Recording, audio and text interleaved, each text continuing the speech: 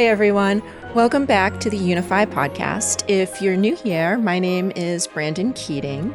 I'm the co-founder and CEO of YOUnify, a nonprofit organization helping you flourish and thrive. And I'm also the host of our podcast. I'm really excited to have with me here today Ben Tedesco. Welcome, Ben. Hi, thanks for having me. Yeah, super glad you're here in the studio with us. Ben is an award-winning director and writer who has found his home behind the camera. He has worked with top-tier brands like Chevrolet, Guinness, Heidi Klum, Dr. Pepper, and his work has been honored and awarded at film festivals all around the world, as well as at the Cannes Lions Advertising Festival. In addition to his commercial work, Ben created the feature film No Tomorrow during the COVID lockdown. The film went on to screen at film festivals all around the world, where it won an array of awards, including Best Director and Best Actor. And most recently, his short film Obit is a film that delves into mental health, and that has entered the festival circuit. Ben, how are you? I'm good. How are you? Good. I'm super. Thanks. So for people who might not know your work yet, how would you describe what you do in like a sentence or two? Oh boy.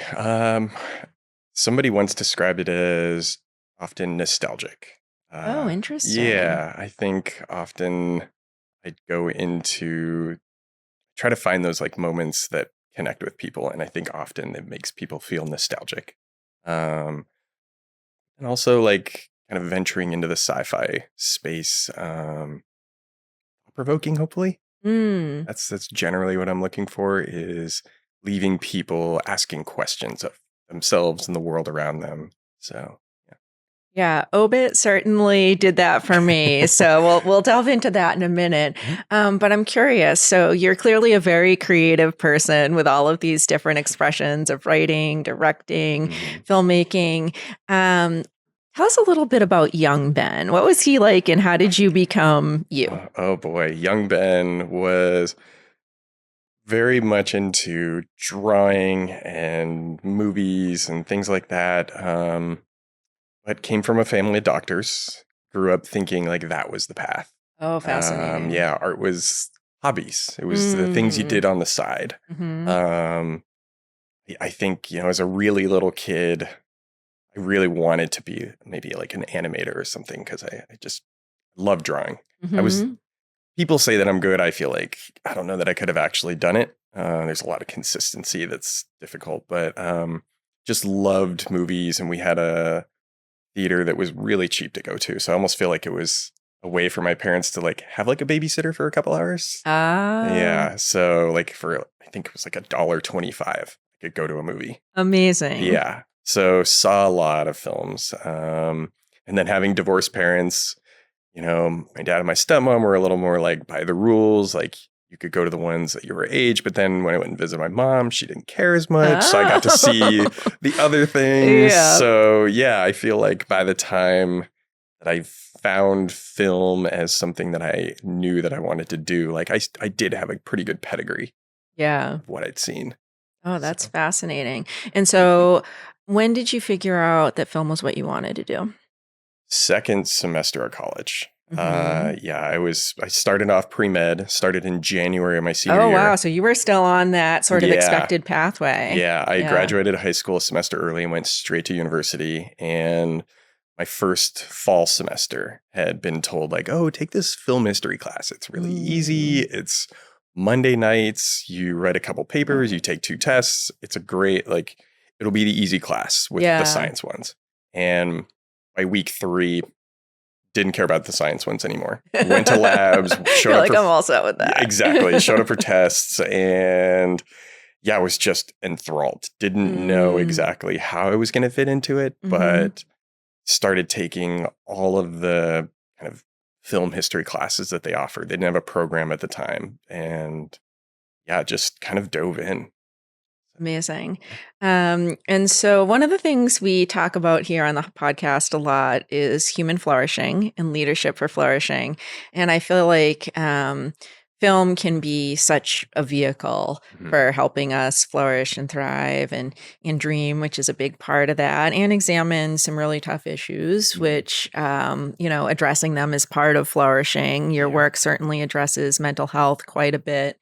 I'm curious, just for yourself right now, is there something that's sort of challenging your flourishing and maybe something that's helping you flourish and thrive? Oh, there's always challenges. Like the process of getting a film going and made there's hurdles every step of the way. Yeah.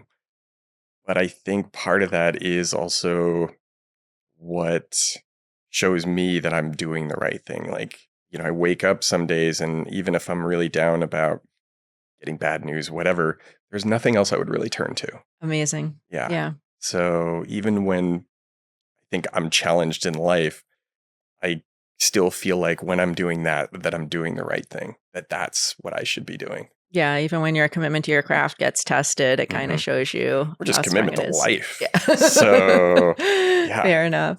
Yeah. So it sounds like that's kind of both sides of the coin. Would you say that you're sort of pursuing your passion is what's helping you flourish and thrive, or is there something else that you would name? I feel like that, and then like a lot of my work kind of delving into the mental health space is that I've addressed that and I continue to. Going to therapy and to listening and reading books and not shying away from those things that growing up were, we were told to kind of keep to ourselves or not feel or not do. Right. And A little bit of a taboo. yeah, it's almost, and maybe that's part of why I was so drawn to films, because it was like, well, we're supposed to get into the emotions with the characters and things like that, which in real life, we were kind of told, at least when I was a kid, like, no, if you're not happy, don't show it. Right. Anything exactly. that's not that is not okay. Not socially acceptable. Yeah. And, in probably the past like 10 years, it's been finding out through all these different avenues that like, I should be feeling those things and it's okay. Yeah, it's part of being human, right? Exactly. And with that, both in my films and then in life, like I find I'm telling both myself and other people, like, it's okay to feel that. Yeah. You know that, right? Like it's an appropriate response, whether you're mad or sad or whatever it is, you feel guilty. It's like, look at this situation. That's a response you would expect out of anybody. Why punish yourself for having it? Exactly. Yeah. Yeah. And I think that like attending regularly to our mental health is, it is kind of a new thing culturally and still getting more broadly accepted. But I've heard some people call that mental health hygiene, which I think is cool, that it's like just brushing your teeth or, all of the things that you do. Yeah, it's cool. So let's delve into the film No Tomorrow. Okay. You created that unique project almost all by yourself, right? Almost, yeah. I did most everything. So what inspired to take that all on yourself approach? It was, it was lockdown. I was kind of forced. I was driving back from LA to my parents in Arizona and was abandoning this short that I had planned on making that was actually very mental health oriented, and was like, I don't know what I'm going to do. I know I'm going to my parents for the next month. What am I going to do there? Yeah. And kind of had this idea. Wasn't sure what it was going to be. And then I got home and just presented itself, the way to do it. Really? Yeah. So like I've already done like a time travel short. So I was like, I can't do this like time loop thing. I've already done it. But in the car, I was like, well, what if it just feels like that's what's happening, but things are actually changing? It was probably very much a reflection of what was going on in life. Yeah. And got home, but I thought, like, I don't want to make something and have to do something cheesy to show that it's repeating. And my dad was working on a crossword when I got home, and there was clues missing in the crossword. And I was like, wait, hold on, stop. Took the paper from him, was like, I can use this. This will be that prop that almost I can't get made right now. So it just kind of started from there. I outlined the whole thing in a notebook and just started shooting. Wow. It's found footage, so like the camera's part of the story. I knew that being locked down, because the one thing I had talked to my friend about when we were talking about the short was like, all it takes is one person backing out and the whole thing's dead. Like if I had driven all the way to Cleveland and we set things up, all it took was one day, one person going like, oh, you can't shoot our house, or, oh, we're not showing up. Wow. So I was like, I need as few people as possible and as few places, whatever. So never wanted to be an actor, still don't want to be, but it was like, I'll do this. There was no script. It was just an outline because I knew I'm not going to remember lines. My dad's not going to remember lines. And then my friend, the guy in Cleveland, he did all his stuff via like FaceTime and whatnot. And just started shooting and cutting. And, took a little bit of a pause with it, then finished it in January and thought like, that was it. Yeah. And I knew that when commercials started coming back around, the creatives were going to say, like, what have you been working on? Because that's what everybody asked at that time. Right, of course. That's the first question. So I was like, oh, I made this 77-minute thing. And the first team that watched it and a couple of friends were like, this is shockingly good. You should do something with it. I was like, really? They gave me a few notes. I reworked a few scenes in the ending, and the only thing I paid for was my sound mix. Wow. Everything else I did on my own, and then festivaled it, and then was really surprised when distributors started calling me at a certain point. I was like, incredible. What do you mean you want to buy this movie? I shot it on my iPhone, and I'm not an actor. And then like when my dad won a couple acting awards, I was like, really? Yeah. How'd you get your dad? Well, actually, before I ask that, I'm dying to know how you got your dad into it. But before I get there, for folks who aren't familiar, can you give like the little teaser overview of what the film is? It's about a guy who's trying to prove that he's stuck in a time loop. And in a way does at the very beginning. And this isn't giving anything away, but then it's like walks out one day and something's different. And then it's just diving into kind of the psychological aspects and the theoretical what could be going on, just what your brain is going to wrestle with as both you're psychologically going through that, how that's going to impact you, like we were going through during COVID. And then also my brain just thinks in so many different directions. It's a lot of me just saying what's in there. Like I had people on the festival circuit that are like, oh, did you study theoretical physics? It's like, nope. These are just ideas that I have. So just the innards of my brain, turns out. Wow, that's incredible. So yeah, the ending is supposed to give people the opportunity to, I think like that. Yeah. Like, don't be afraid of those thoughts and like lean into them. I think when you think outside of not even the box, if you think outside of the sphere, is when you, I think personally that you can open up to seeing other people's points of view. And then hopefully there's a better communication. Yeah. Incredible. All right. So how do we get dad involved? How did that happen? I didn't really give him an option. I was like, you're here. My stepmom was like, absolutely not. She's in a couple scenes, but was like, I don't want to be on camera. I think she even says that at one point. Like, don't film me. My dad was a trooper. The camera. Even when we went back and reshot a couple scenes, like he did a good job. But I knew it was like, I just needed him to be him. That's so cool. So, it was, I may tell him what the topic of the conversation was going to be, but a lot of times I would kind of bait him because I kind of knew what I needed out of the scene. So, yeah. And so you shot it largely from a first person perspective. What did that allow you to do emotionally or creatively?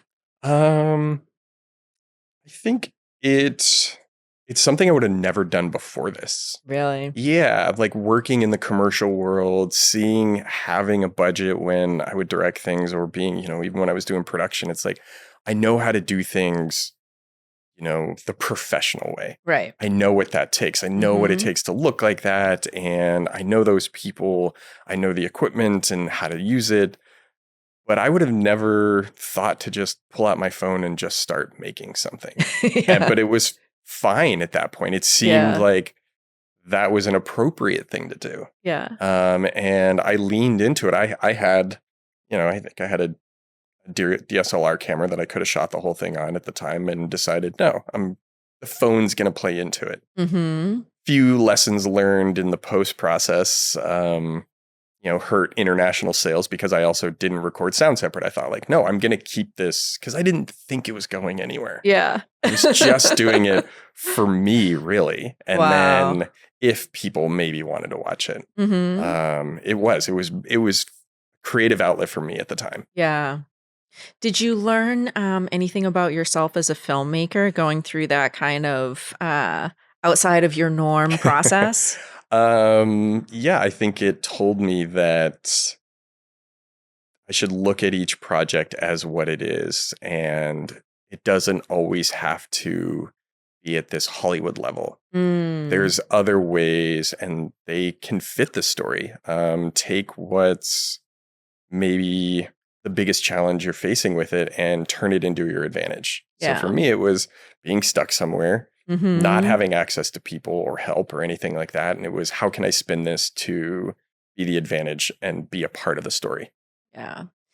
Yeah, well, it's interesting too. I don't know, for somebody who is like not in the film industry at all, and just observing, I think like social media has sort of created this whole world of things that we see on film that are less curated or less produced, so to speak.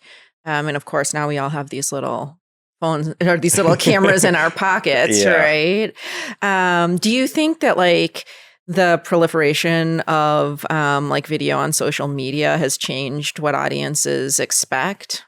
I think it has, to personally a little bit of a detriment for me. I've been on and off social media a lot. Like currently my Instagram is deactivated again. That seems healthy. Yeah. Speaking of mental health. I've never had like a TikTok or Twitter or anything like that.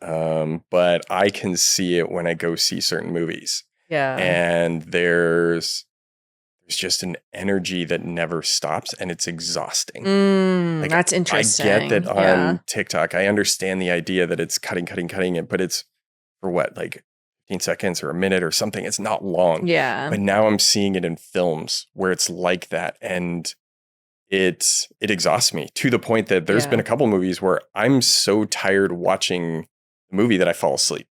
That's fascinating. Yeah. That's It's fascinating. not like it's a bad movie or shot wrong. It's just, I'm exhausted. Yeah. Like, give me a beat. Let me catch up. Let me feel. Let me whatever. Like I feel like that's digest. Yeah. Process. Yeah. And I mean, when a movie does that, I get so excited about it, and I talk about it. I tell people, I'm like, no, go see this, because this is what we need to remember is filmmaking. Like, yes, the big energy, it's there, but also it's supposed to give us a moment to reflect. And when you're making something longer, you need that. It's interesting. Like even in the commercial world, I had a couple of people asking me recently, they were interviewing me for possibly directing and being a part of this project. And they were like, well, how do you do it in a short amount of time? It's like, well, I had never thought about it, but I was like, well, it's kind of like the waves that you have. In a film, they're a little bit longer, so your shots can be longer. But when you're doing something in 30 seconds or 60 seconds, those waves are shorter, but you still want those moments. Yeah, that sort of rhythm. Yeah, it may not be a 20-second shot or something like that, where you're giving people a moment to pause like you would in a TV show or a movie. But a 5-second shot will do that. 5 seconds is a long time in 30 seconds. So it is like finding the ability to have that sort of flow and give people the down with the up. Yeah, that's such an interesting point. So what are you hoping that people who see No Tomorrow walk away with? Or walk away thinking about, speaking of like that sort of, processing, interacting with the film? I think, it's been a few years, but my favorite moments were at a festival. It was usually a day or two later that then I would have people corner me and be like, okay, I finally had time to really think, Yeah. And this is what I got out of it. And that's what I wanted. When I realized that it was going to go out to people, is I wanted them to think. And I like that they thought for more than just a minute. Like they had to think about it overnight or a couple days. And for me, that was the point of it. It was stretch your line of thinking. I don't care which direction it goes, just stretch the way you see the world. Yeah. And I think right now it's just getting worse and worse, is like we're getting more and more like narrowed in and seeing smaller and smaller. And I feel like what everybody needs to do is see broader. And because when like a Venn diagram, when there's overlap, when you look broader, and that overlap, I think, offers conversation and offers people the ability to see, even if you don't see eye to eye, see a commonality. Yes. If that makes sense. Yeah, absolutely. That's certainly something we care about and work on a lot in YOUnify, and I can't wait to see it. I haven't seen that one yet. Okay. So if people want to see it, how do they see it? I think it's on like Tubi and Vudu for free. You can watch it with ads. You can, I think, buy it on a couple places. I've even been told there's DVDs out there. Yeah. Awesome. Yeah. So everyone, we will have the links for Where to See No Tomorrow in the description on YouTube and in our link in bio across social. So definitely check it out. I know I can't wait to check it out. And also, if you are enjoying the podcast, if you're getting something out of it, would love if you can click that subscribe, like button. Love to hear your thoughts, your comments. That helps what we're chatting about get to more people. So it's a great little thing you can do to make a little bit of a difference. And speaking of, human connection and broadening our thoughts, you can also find out in the description about our Write the Future campaign, which anyone can join in your local community to get together with folks and imagine the hopeful future, connect across our differences, and take action on it. So Ben, let's switch channels to Obit. Okay. So that film shifts tone a little bit, but still explores loneliness. And can you give folks just like, again, the little teaser of what Obit is? And I did see this one and I absolutely loved it. Obit's about a lonely obituary writer who's kind of dealing with her outlook on life. And it's an interesting project. It's one that just found its own way in a matter of speaking. Like I had originally written it to a girl that I was dating at the time, try to explain what it was that I was going through. Oh, wow. And thought like, well, if she saw herself as the main character, if she read it as if she was Julia, that she might understand why I was struggling so much and why the relationship was failing. Yeah. And then had forgotten I had submitted it to a screenplay competition, and then it won that, and it came with like a grant and some help to make it. And then all of a sudden I was able to raise some money to make it. And even though the original grant and that stuff fell through, I had enough money and I pivoted and had other people that got excited about it and helped me make it in another location. And it just kind of came to be. I mean, there was, I will be shocked if I go through something as drastic again in my career, but who knows? But if anybody watches it, like once we started shooting, the temperature was never above 0. It got as cold as -55. Really? Yeah. Where were you? We were in Dubuque, Iowa. Obviously. Cute little town. Loved it. Wow. They have a great film festival. I had reached out to the head of the festival and was like, hey, I need to pivot. And when I did write this, I thought like Dubuque could be the perfect setting for it. Yeah. But we were in the middle of a snowstorm, the polar vortex, and we had to pivot a bunch of things. We lost all our locations the day before. But the whole thing just came together. And Natalie, who was my lead, like we shot one of her most important scenes almost, I think, midday. The first day we shot half of that when she's Mm-hmm. talking to herself. Mm. And everybody on the crew just was like silent. And then my brother was there and he's the editor and he was kind of downloading and cutting as we were going. And then even like an hour later when he was working on that portion, like I saw other crew members kind of coming out of the office that he was in. Mm. And I could feel that all of a sudden everybody that was there felt like we had a purpose.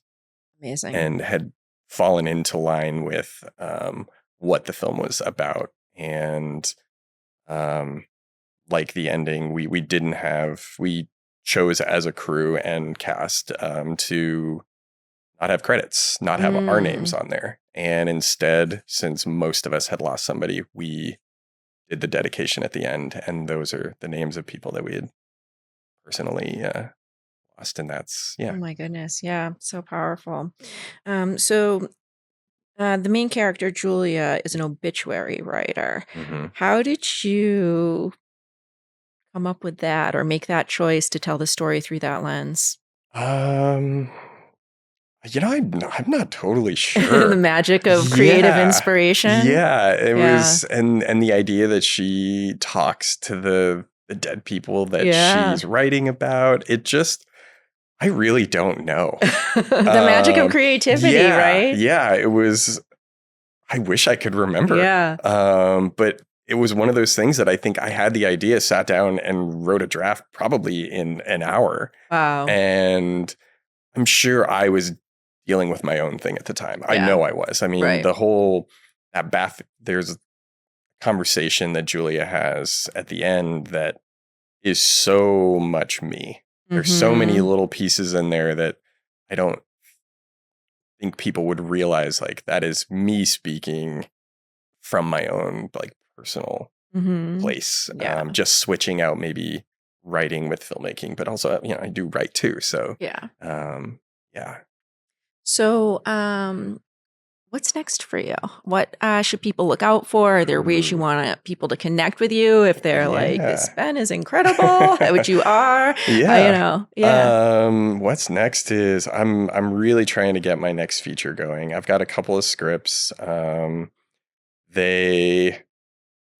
Most things that I write or things that I want to direct I want them to feel like they have a purpose and hopefully, again, give people a way to look at the world or maybe the way that we interact or something. So one is kind of just looking at the state of the world that we're in. And it's like, we need to start diverting how we live in this world and how we treat it. Yeah.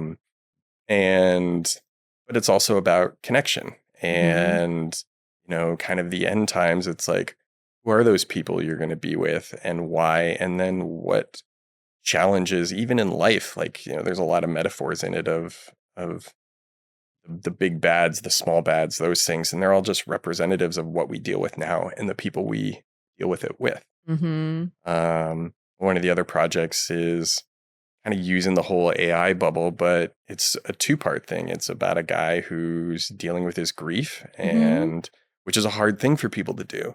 Absolutely. I remember my last or a relationship I had a few years ago, like I took a long time to grieve that. And people were getting even upset with me. They're like, just move on. I'm like, no, I've done that in the past, the whole like getting under somebody else to get over. Like, I was like, I want to, it's okay to feel this. Yeah, to feel your feelings, actually. And if it's going to take me 2 years, fine. That's okay. Well, and it comes out in weird ways if you don't, right? Yeah. And through that too, with the things that I was doing to work on it, a lot of meditating, a lot of listening to and reading books and things that were very eccentric, both mental health, but then also very, spiritual, and finding, trying to not get a full understanding, but just feel my connection to everything in my mind, like that unified consciousness. So the other script is that it's one character dealing or facing the idea of grief, and the other one that is she's finding herself and trying to understand how and why she fits into all of this. Amazing. So again, y'all, if you want to connect with Ben, we will have all the info about his films and how to connect with him in the description. And Ben, I've got one more question for you. So at the top, we were talking about, this sort of experience that I think many people have, which is like the world expects me to do one thing, or my parents, my family, whomever, society, and my heart tells me I want to do another thing. So whether it's getting into film or some other category of thing, is there just one little small nugget, like just one thing you would suggest that people do as a first step to try to get closer to what their passion is? I think it's not telling yourself that you are not creative. I think everybody is, and everybody needs that outlet, and everybody's got a different one, and you may not know what it is. Like, I dated one girl who, personally, I think she found it literally drawing on Post-it notes. Wow. She would do these cute little drawings that she would, and had hundreds of them. She would just do them on Post-it notes, and they were great. But I saw that as like her creative outlet, whether she realized it or not. And I feel like whether it's music or, and it's not comparing yourself, I think, to the other people. If it makes you happy, you don't have to share it with people. Yeah. Like, I still draw, and people, when they see it, they get excited about it, and they're like, you need to share this. But it's like, but this is kind of mine. Yeah. And I don't like putting in the effort for that to get it out to people, because it is mine and it's very personal. Whereas filmmaking is my outlet that I want to share. That's my method to reach people. Yeah. But I do think that everybody, they may not know it. Even it could be, like I said, music, it could be drawing, it doesn't matter. Painting. Like, I don't paint. Right. I'm not a painter, but I'm sure most people are like, well, you're an artist. So I do think that you just have to find it and not judge yourself for it. Yeah, let go of that judgment or that voice of the world in your ear saying it's not good enough or it's not the right achievement or checkbox. Yeah, and that's the thing, I think, is like like you said, checking the box. Like, the box should be for you, not for anybody else. Amazing. Well, thank you so much, Ben. Ben Tedesco, everyone. Watch these films. They're amazing. And we'll see you all next time. And Ben, we're going to have you back to talk about these new films when they get out into the world. Yes, please. Amazing. Thank you for joining us. Thank you. Awesome. Now I'm still thinking about, like, what am I going to bring tomorrow?